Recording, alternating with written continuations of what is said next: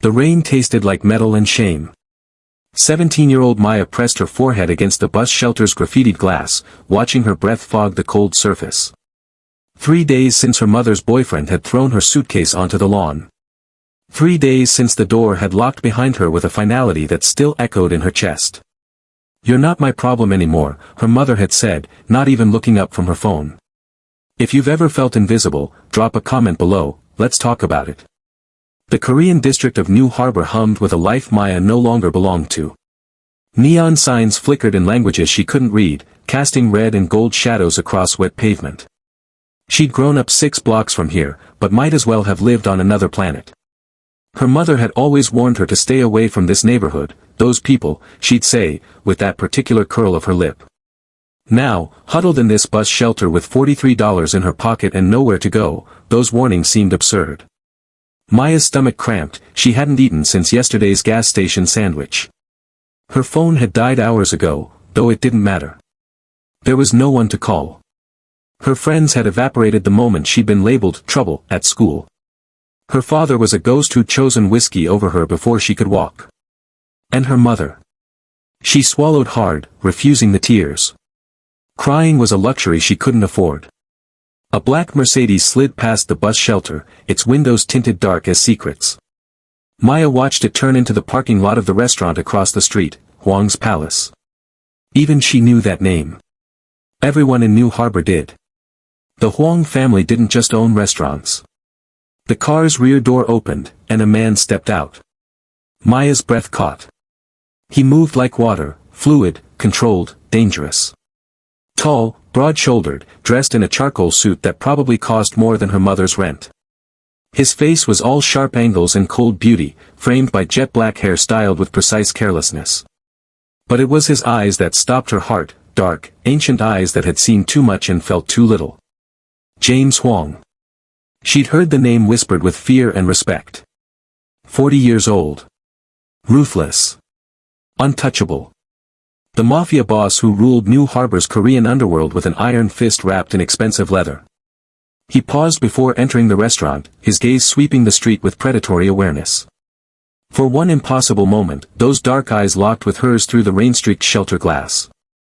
Maya couldn't breathe. Couldn't look away. Then he was gone, disappeared into the golden warmth of the restaurant, and she was alone again in the cold. But an idea had taken root, desperate, insane, and blooming with terrible possibility. She waited 3 hours.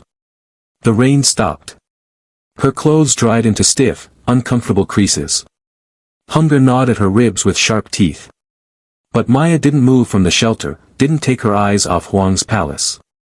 She'd read once that drowning people will grab onto anything, even a knife blade. At 11:47 p.m., James Huang emerged. Maya's hands shook as she stood. Every rational thought screamed at her to sit back down, to find a shelter, to call social services in the morning. But rationality was for people with options. She had none. Her legs felt disconnected from her body as she crossed the street. The 2 men flanking Huang, thick-necked, sharp-eyed, tensed as she approached. One reached inside his jacket. "Mr. Huang," Maya's voice cracked, but she forced herself to meet those dark, impassive eyes. "I need to speak with you." Up close, he was even more intimidating, 6 feet of coiled power and cold control. He studied her with the detached interest of a scientist examining an insect. "You're blocking my car," he said. His English was perfect, barely touched by an accent, and completely devoid of emotion. "I have a proposition." The words tumbled out before courage could abandon her. "I need protection. Money. A place to stay. And you." She swallowed hard. "You need a wife." Silence. The bodyguards exchanged glances. One of them snorted, a sound quickly suppressed. James Huang's expression didn't change, but something flickered in those ancient eyes. Curiosity, perhaps. Or amusement at her audacity. "I need a wife," he repeated slowly, as if testing the absurdity of the statement. "And you know this how? Everyone knows you've been under pressure from the old families to marry. To produce an heir. To prove you're—" She faltered, then pushed forward. "To prove you're not a liability." His jaw tightened, the first crack in his composure. "I'm 17, Maya continued, the words spilling faster now. "I have nothing. No family, no money, no future. But I'm smart, I learn fast, and I won't ask questions. You need someone who won't complicate your life. Someone who'll sign whatever papers you want and disappear when you're done with them." "You're a child," he said flatly. "I'm a survivor." She lifted her chin, even as her whole body trembled. "And I'm offering you a solution to your problem. In exchange, I get to survive a little longer." The rain started again, a soft patter that quickly built to a downpour. Maya stood in it, waiting, water streaming down her face like tears she refused to shed. James Huang studied her for what felt like an eternity. Then, impossibly, he smiled, a small, cold curve of his lips that held no warmth but acknowledged something. "Get in the car," he said. The inside of the Mercedes smelled like leather and expensive cologne. Maya sat rigid in the back seat, acutely aware of the water dripping from her hair onto the pristine upholstery. James Huang sat across from her, his face illuminated by the passing streetlights, gold, then shadow, then gold again. "What's your name?" he asked. "Maya Chen." "Family?" "None that matters." He nodded, as if this confirmed something. "Age?" 17. "I'll be 18 in 4 months. Where have you been sleeping?" The question was clinical, but it pierced something in her chest. "Bus shelters. A laundromat bathroom once." His expression remained neutral, but his fingers tightened slightly on the armrest, the only sign he'd heard her. They drove in silence through rain-slicked streets, deeper into the Korean district. The buildings grew taller, more expensive. The car pulled into an underground garage beneath a high-rise that seemed to pierce the clouds. "We'll discuss terms tomorrow," James said as the car stopped. "Tonight, you'll sleep in a guest room. You'll eat. You'll shower. And then we'll see if you still want to make this deal when you're not desperate." "I'll still want it," Maya said quietly. He looked at her then, really looked at her, and for the first time, she saw something other than cold assessment in his eyes. Recognition, perhaps. Of what, she didn't know. "We'll see," he repeated. The penthouse was a study in controlled luxury. Floor-to-ceiling windows overlooked the city's glittering sprawl. Everything was black, white, or chrome, expensive and deliberately impersonal. Like a hotel room for someone who'd forgotten how to live. A woman appeared, middle-aged, kind-faced, speaking rapid Korean to James before turning to Maya with a warm smile. "This is Mrs. Kim," James said. "She manages the household. She'll show you to your room." Maya followed Mrs. Kim down a hallway lined with abstract art that probably cost more than a car. The guest room was larger than her mother's entire apartment. The bed looked like a cloud. "Shower there," Mrs. Kim said in halting English, pointing to an ensuite bathroom. "I bring food. Clothes tomorrow." When the door closed, Maya stood in the center of the room, afraid to touch anything. Afraid this was a dream. Afraid it wasn't. The shower was hot, searingly, beautifully hot. She stood under the spray until her skin turned pink, washing away 3 days of street grime and a lifetime of feeling dirty. When she emerged in a plush robe, a tray of food waited on the nightstand. Rice. Soup. Vegetables. Meat she didn't recognize but tasted like heaven. Maya ate slowly, savoring each bite, and for the first time in 3 days, she cried. Not from sadness, but from the overwhelming relief of basic human kindness. She was asleep before her head fully touched the pillow. Morning light woke her, clean, golden, streaming through floor-to-ceiling windows she'd been too exhausted to appreciate the night before. For a disorienting moment, Maya didn't know where she was. Then memory crashed back. She sat up, heart pounding. Had he changed his mind? Would she be thrown out again? A knock at the door made her jump.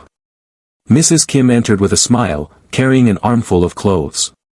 "Mr. Huang wait for you. Breakfast. Then talk." The clothes fit perfectly, dark jeans, a soft sweater, undergarments still in packaging. Maya dressed with shaking hands, then followed Mrs. Kim to a dining room dominated by a table that could seat 12. James Huang sat at its head, reading something on a tablet, a cup of coffee steaming beside him. He'd traded last night's suit for dark slacks and a crisp white shirt, sleeves rolled to his elbows. Somehow, he looked even more dangerous in casual clothes. "Sit," he said without looking up. Maya sat. Mrs. Kim brought food, more than one person could possibly eat. Maya's stomach growled embarrassingly loud. "Eat," James said, finally looking at her. "Then we'll talk business." She ate, trying to maintain some dignity despite her ravenous hunger. He watched her, his expression unreadable. When she finally pushed her plate away, he set down his tablet. "The marriage will be legal but private," he began, his tone businesslike. "A small ceremony, just witnesses. You'll live here. You'll be provided for, clothes, food, education if you want it. In public, you'll act as my wife. You'll attend certain events, meet certain people, play the role convincingly." Maya nodded, her mouth dry. "In private," he continued, "we maintain separate lives. Separate rooms. I don't expect intimacy. This is a business arrangement. You provide legitimacy to the families who question my commitment. I provide you with security and resources."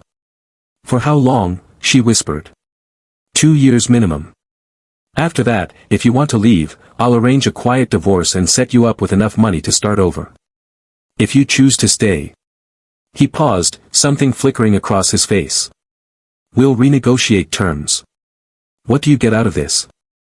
Maya asked, finding her voice. "Really?" He was quiet for a long moment, his dark eyes distant. "Peace," he finally said. "The old families stop circling. The questions about succession stop. And I." He stopped himself, jaw tightening. "I get what I need." "Okay," Maya said. "Okay." He raised an eyebrow. "You don't want to negotiate? Ask for guarantees? You could throw me back on the street right now and I'd have nothing. You're offering me everything. What's to negotiate?" He studied her with those ancient, unreadable eyes. "You're either very brave or very foolish. Does it matter which?" A smile ghosted across his lips, the second she'd seen, and just as cold as the first. But this time, there was something else beneath it. Respect, perhaps. "The ceremony is tomorrow," he said. "Mrs. Kim will take you shopping today. Get whatever you need." He slid a credit card across the table. "Consider it an advance on our arrangement." Maya stared at the black card, her reflection distorted on its surface. "One more thing," James said, standing. "Once you marry me, you enter a world that's dangerous. There are people who would hurt you to get to me. If you have any doubt, any at all, walk away now. I'll give you money, help you find a place. But once you're in..." His eyes went hard. "There's no safe way out except the way I provide." Maya thought of the bus shelter. Her mother's locked door. The cold, hungry night stretching endlessly ahead. She picked up the credit card. "I'm in," she said. The courthouse ceremony was clinical and surreal. Maya wore a simple white dress Mrs. Kim had chosen, elegant, expensive, nothing like the wedding dress she'd once imagined as a little girl. James wore a black suit that made him look like he was attending a funeral rather than his own wedding. 2 witnesses, stern-faced men in dark suits who didn't smile. A judge who asked the required questions in a bored tone. Rings that felt heavy as chains. "I do," Maya said, her voice barely audible. "I do," James said, his voice empty of emotion. And just like that, 17-year-old Maya Chen became Maya Huang, wife of the most feared man in New Harbor's underworld. The wedding night, they slept in separate rooms. The first week passed in a blur of surreal luxury. Mrs. Kim took Maya shopping, not to department stores, but to boutiques where salespeople knew James by name and didn't ask questions about his teenage bride. Maya learned to wear designer clothes that cost more than her mother's monthly salary. Learned to move through the penthouse's vast spaces without feeling like an intruder. But she didn't learn about her husband. James was a ghost in his own home. He left early, returned late. Their conversations were brief, transactional. "Did you eat?" "Yes." "Do you need anything?" "No." "Good." Sometimes she'd wake at 3 a.m. and hear him in the study, speaking rapid Korean in a voice that could freeze blood. Sometimes she'd catch him staring at her with an expression she couldn't read, something between curiosity and regret. They existed in the same space but different worlds. Until the dinner party. "You'll need to attend," James told her on a Thursday morning, the first time he'd sought her out in days. "Important families. They'll want to meet you." Maya's stomach nodded. "I don't know how to." "Be yourself," he interrupted. "But quieter. Watch more than you speak. Let them underestimate you." "Is that what you do?" He smiled, a real smile this time, sharp as a knife. "Every day." The dinner was held at a restaurant that didn't have a sign, the kind of place you needed to know existed to find.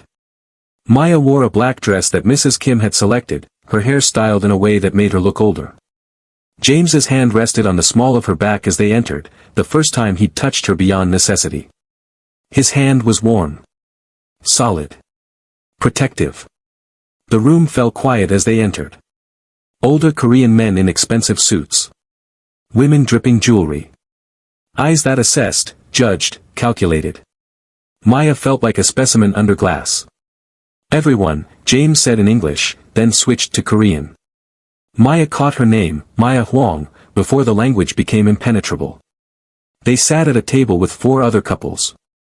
The men spoke business in Korean. The women spoke to each other, occasionally glancing at Maya with thinly veiled contempt. One woman, elegant, 50s, wearing pearls that could probably buy a house, leaned toward Maya with a smile that didn't reach her eyes. "You're very young," she said in perfect English. "Yes," Maya replied. James usually prefers more sophisticated company. The insult was wrapped in silk, but it still cut. Maya felt heat rise to her cheeks. "Perhaps that's why he married me instead," Maya said quietly. He was tired of pretension. The woman's smile froze. Around the table, conversation paused. Then James laughed, a genuine sound that made everyone turn. His hand found Maya's under the table, squeezing once.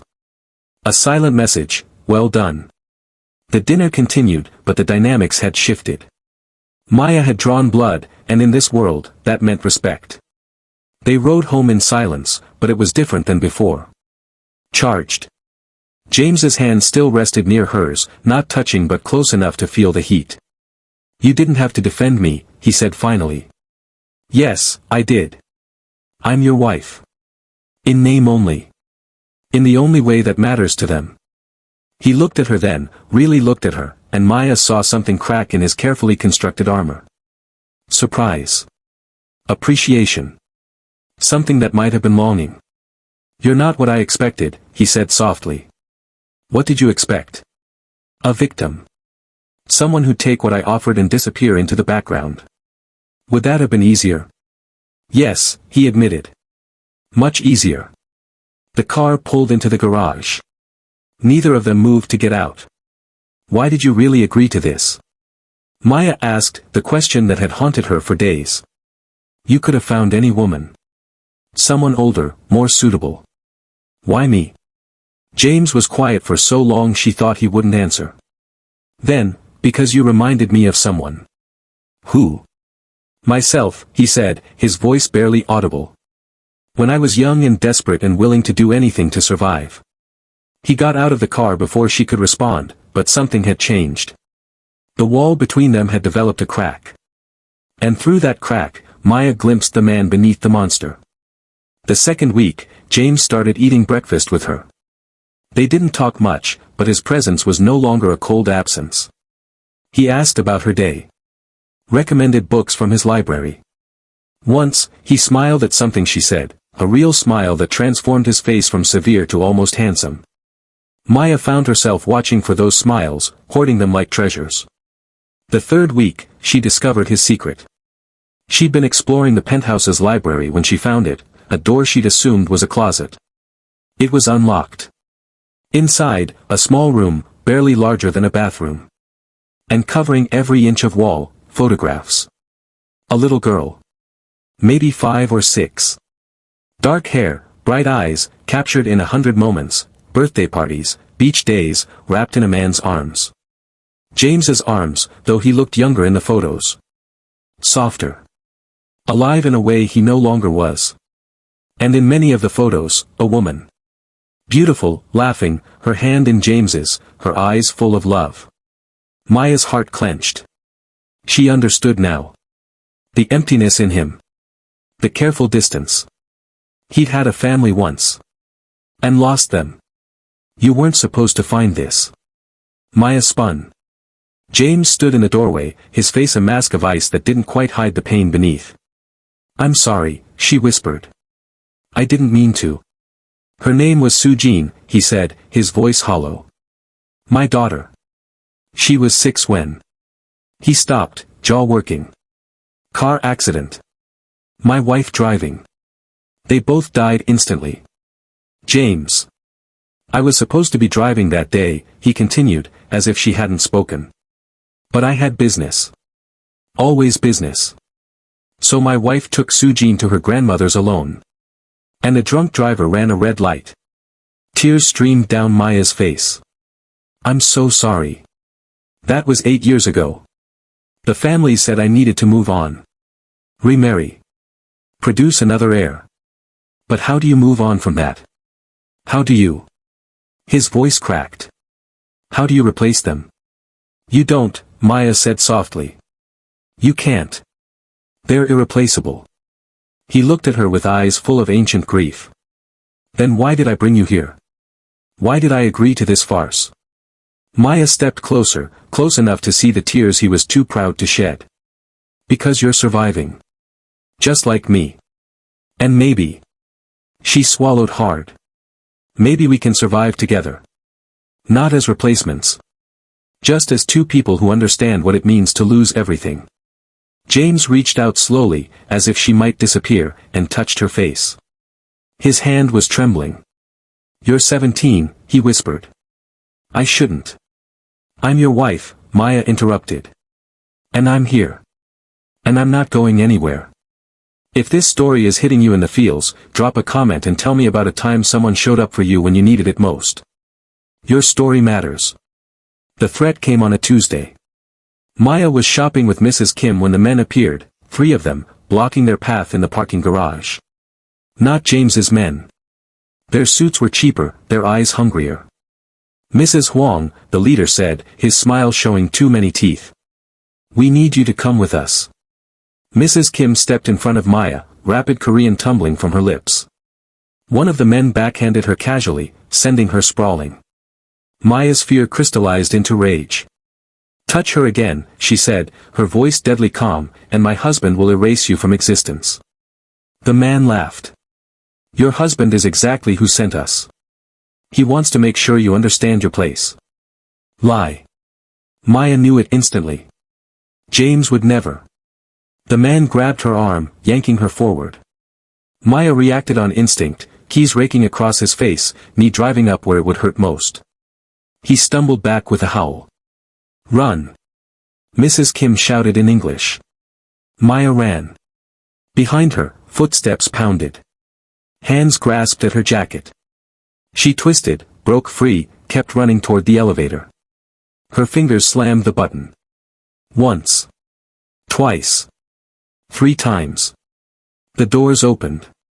She threw herself inside, hitting the close button frantically. Through the narrowing gap, she saw the men sprinting toward her, saw the leader's bloody face twisted with fury. The doors closed. Maya collapsed against the wall, shaking, as the elevator rose toward safety. When the doors opened on the penthouse level, James was there, his face a mask of controlled fury. What happened? She told him everything, words tumbling out between gasping breaths. His expression didn't change, but his eyes went black as murder. Mrs. Kim, he asked. They hit her. I don't know if. He was already on his phone, barking orders in Korean. Then to her, you're not hurt. No, but. Good. He cupped her face with both hands, forcing her to look at him. This is my fault. I should have protected you better. They were Lee's men, a rival family. They thought they could use you as leverage. They said you sent them. To teach me my place. His jaw clenched. And you knew that was a lie. It wasn't a question, but Maya answered anyway. Yes. How? Because I know you, she said simply. You'd never hurt me. Something in his expression broke. He pulled her against his chest, his arms wrapping around her with desperate strength. Maya felt his heart pounding against her ear, felt his breath ragged against her hair. I won't let anyone hurt you, he whispered. Ever. I swear it. And Maya realized with stunning clarity, this wasn't about the arrangement anymore. This wasn't about survival or convenience. James Huang, cold, ruthless, untouchable, cared about her. Maybe even loved her. That night, everything changed. Mrs. Kim was fine, bruised but determined to return to work the next day. The men who'd attacked them were found by James's people within hours. What happened to them, Maya didn't ask. She was learning there were some questions better left unspoken in this world. But James didn't leave her side. He sat with her while she ate dinner. Stayed while she tried to read and couldn't focus. When she finally admitted she was afraid to sleep alone, he didn't hesitate. I'll stay, he said. He sat in a chair beside her bed, still in his suit, alert as a guard dog. Maya lay in the darkness, listening to him breathe. Tell me about her, she said softly. Su Jean. Silence. Then, she loved strawberries. And butterflies. She used to chase them in the park, laughing like. His voice caught. Like joy was the easiest thing in the world. She sounds perfect. She was. Too perfect for this world. Too innocent. He paused. Like you. I'm not innocent, Maya said. Not anymore. No, he agreed. But you're good. Despite everything that's happened to you, you're still good. That's rarer than innocence. Maya sat up, pulling her knees to her chest. James, what are we doing? Really? I don't know, he admitted. This was supposed to be simple. A transaction. But you. He ran a hand through his hair, destroying its careful style. You make me feel things I thought died with them. Is that bad? It's dangerous, he said. For both of us. The moment people know I care about you, really care, you become a target. The attempt today was just the beginning. Then we'll deal with it together. Maya. No. She climbed out of bed, kneeling in front of his chair so they were eye level. You said I reminded you of yourself. Well, you remind me of me too. We're both survivors. We're both afraid to love because love means loss. But James. She took his hands, feeling them shake in hers.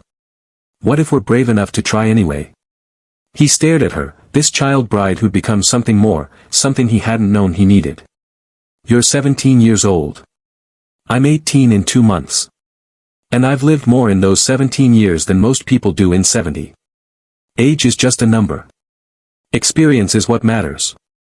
The world will judge us. The world has always judged us, Maya said. When did you start caring what it thought? He laughed, a broken, beautiful sound. You're going to destroy me. Or save you, she whispered. Isn't that worth the risk? James pulled her up into his lap, cradling her like something precious. I can't replace them, he said, his voice raw. I can't be the man I was before. I don't want you to be. I want you to be the man you are now. Broken and whole. Dark and light. All of it.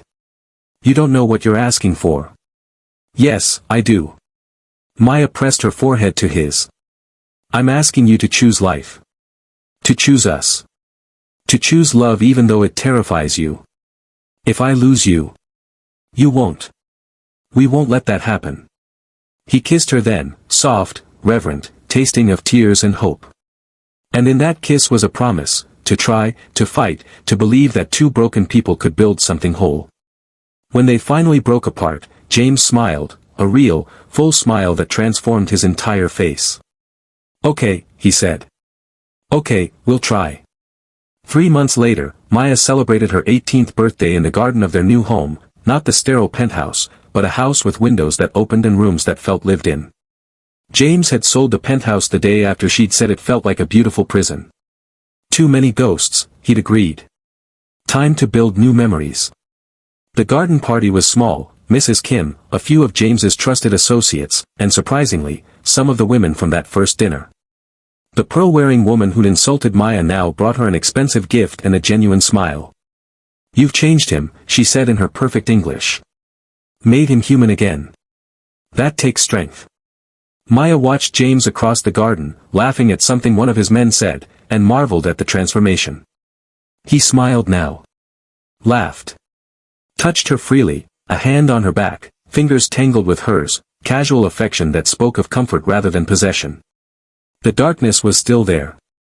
It always would be. He was still James Huang, and that name carried weight and blood. But now there was light too. Balance. He caught her watching and winked. Her heart skipped. Later, when the guests had left and they sat together watching the sunset, James pulled a small box from his pocket. "I know we already did the ring thing," he said. "But that was for them. This is for us." Inside, a simple gold band engraved with Korean characters. "What does it say?" Maya asked. "Redemption," he translated. "Because you gave me mine, and I hope I've given you yours." Maya slipped the ring on, tears streaming freely. "You have. You gave me a home. A family. A future." "We gave that to each other," James corrected. He pulled her close, pressing a kiss to her temple. "I love you, Maya Huang. My brave, impossible wife." "I love you too," she whispered. "My broken, beautiful husband." They sat in comfortable silence as the sky blazed orange and gold. Around them, the garden bloomed with new life, flowers Mrs. Kim had planted, butterflies dancing between petals.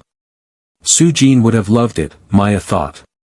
And somehow, she felt that wherever James's daughter was, she approved. That she was happy her father had found a reason to smile again. "What are you thinking?" James asked. "That I'd do it all again," Maya said. "Every terrible thing that led me to that bus shelter, to that rainy night, to you. Because this, us, was worth it. Even marrying a 40-year-old Mafia boss when you were 17. Especially that." She grinned. "Best terrible decision I ever made." He laughed, the sound echoing through the garden, and Maya realized this was the sound of healing. Of two broken people who'd found each other in the darkness and chosen to step into the light together. 6 months later, Maya enrolled in university, criminal justice, because she'd decided if she was going to be married to the underworld, she might as well understand it. James supported her completely, even though it meant her asking uncomfortable questions about his business. "Keep me honest," he'd say. "Keep me human." A year after that, they hosted their first annual charity event, a foundation supporting displaced teenagers, kids like Maya had been. James had been reluctant at first, uncomfortable with the publicity. But watching Maya speak to a room full of donors about the importance of giving second chances, he'd squeezed her hand and whispered, "You're changing the world." "We're changing it," she'd corrected. On their second anniversary, the real one, marked from the night she'd climbed into his car in the rain, they renewed their vows. But this time, it wasn't in a courthouse with strangers. It was in their garden, with people they loved, with words they meant. "I vow to choose you every day," Maya said, her voice strong and clear. "In darkness and light. In fear and courage. For as long as we both shall live. I vow to be worthy of that choice," James said, his voice thick with emotion. "To protect you, honor you, and love you with everything I am. You saved my life, Maya. Now let me spend the rest of it making yours beautiful." They kissed as husband and wife, no longer a transaction, but a truth. That night, as they lay tangled together in bed, James traced lazy patterns on her shoulder. "Do you ever regret it?" he asked quietly. "Approaching me that night?" Maya thought about the scared 17-year-old girl she'd been. Thought about the desperate proposal, the cold courthouse ceremony, the months of careful distance. Thought about the moment it all changed, when fear became trust and trust became love. "Never," she said firmly. "You." "Never," he echoed. "You were the bravest person I'd ever met. Still are." "We were both brave," Maya said. "We were both desperate and broken and willing to risk everything for a chance at something better. And somehow, impossibly, we found it." "Found each other," James corrected. "Found home," Maya whispered. Outside, the city glittered with 1,000 lights. Somewhere in that vast darkness, other lost souls were searching for salvation, for connection, for a reason to keep fighting. Maya hoped they found it. Hoped they found their own version of that rainy night, that desperate proposal, that impossible love. Because sometimes, the worst moments of your life lead you to the best ones. Sometimes, rock bottom is just the foundation you needed to build something unbreakable. And sometimes, a 17-year-old girl and a 40-year-old mafia boss find each other in the darkness and create their own light. This was Maya's story. A story of survival, redemption, and love against impossible odds. Now it's your turn. Drop a comment below and tell me, what's your story of finding hope in darkness? Who or what saved you when you needed it most? Don't keep it to yourself, your story might be exactly what someone else needs to hear today. Share it below. Be brave. Be vulnerable. Be heard.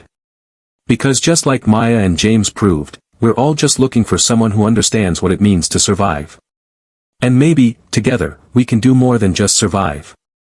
We can thrive.